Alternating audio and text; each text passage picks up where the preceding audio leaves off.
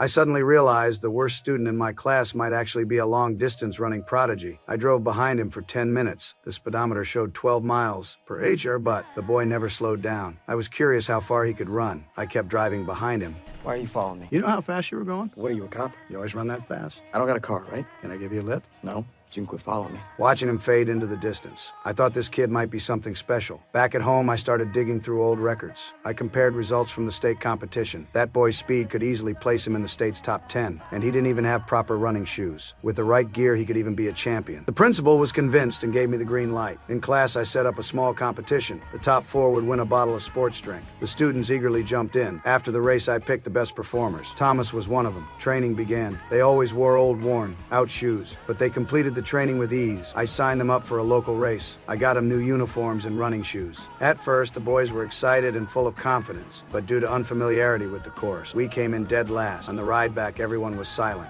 I took responsibility. I told them it was my fault for not scouting the course and for making the training too easy. The next day, I found a steep hill nearby. That became their new training ground. The boys ran out of breath. When they asked for a break, I refused. I told them real victory comes through hard work. They ran until they could barely stand. Everyone stopped to rest, except for Thomas. I told him to rest, but he said no matter how much they train, it won't change their lives. The hills they were running on were made of almond shells, just like the ones they shovel on the farm every day. To Thomas, training on those hills felt pointless. Even if they won, they'd still go back to the fields. These kids were farm workers' children during school breaks. They woke up at 4:30 a.m., climbed onto the farm trucks half asleep, and worked in the hot sun for hours. Only when school was about to start did they take off their hats and run to class through the dusty wind. No wonder they were such strong runners. Knowing this, I made myself a promise. I would help these kids run toward a better life. I started learning everything about cross country. I watched old footage and learned every technique. Day after day, I passed that knowledge on to them. Riding my pink bike, I trained alongside my team. While I worked hard, so did they.